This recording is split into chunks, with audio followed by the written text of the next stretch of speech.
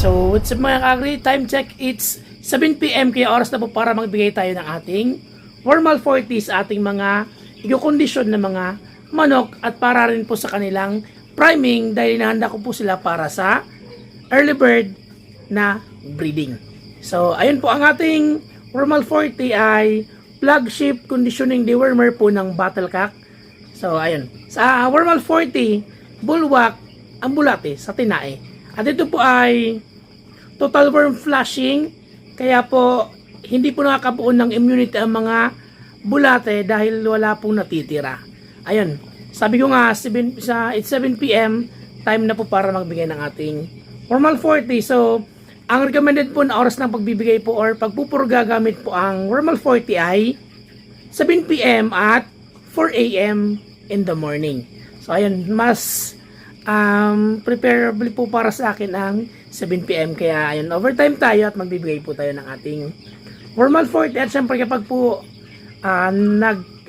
nagpurga pagkagabi, pagka umaga po half lang po ibibigay natin. Kung nabibigay po tayo ng 40 grams, oil lang po natin 20 grams para po hindi mapuno yung kanyang crop or yung kanyang yung dito po yung nilagyan ng pagkain para po hindi mapuno or hindi po matunawan yung ating so ayun, bali ito po, prepare ko na po yung ating formal 40.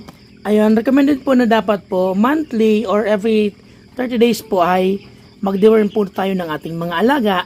At ang gamit po nito kapag 4 months old to 6 months old, kalahati lang po yung ibibigay natin. Then 6 months old pataas po, ang bigay po natin ay isang buo ng ating formal 40. So, ipapakita ko po sa inyo yung mga i-deworm natin. Ayan, naka-prepare na rin po ito.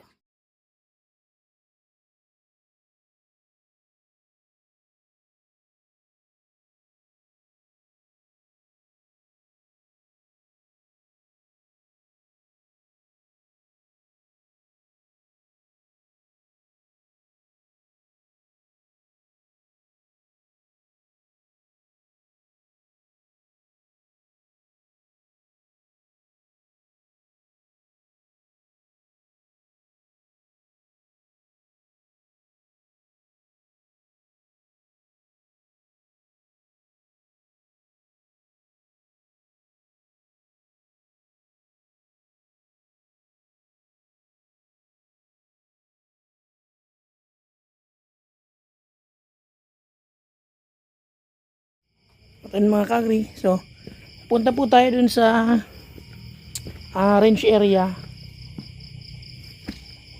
ng ating linagay na po dito sa range. Ayan, meron tayong flashlight. Ayan, dito sila. Dito pala ito hapunan sa mainit. Ayan, bibigyan ko rin kasi ito ng ng ating wormal. Ito po yung ating wormal. Ayan. So, buwis buhay tayo. Ayan. So, bale, below, yung dalawa is below 6 months old.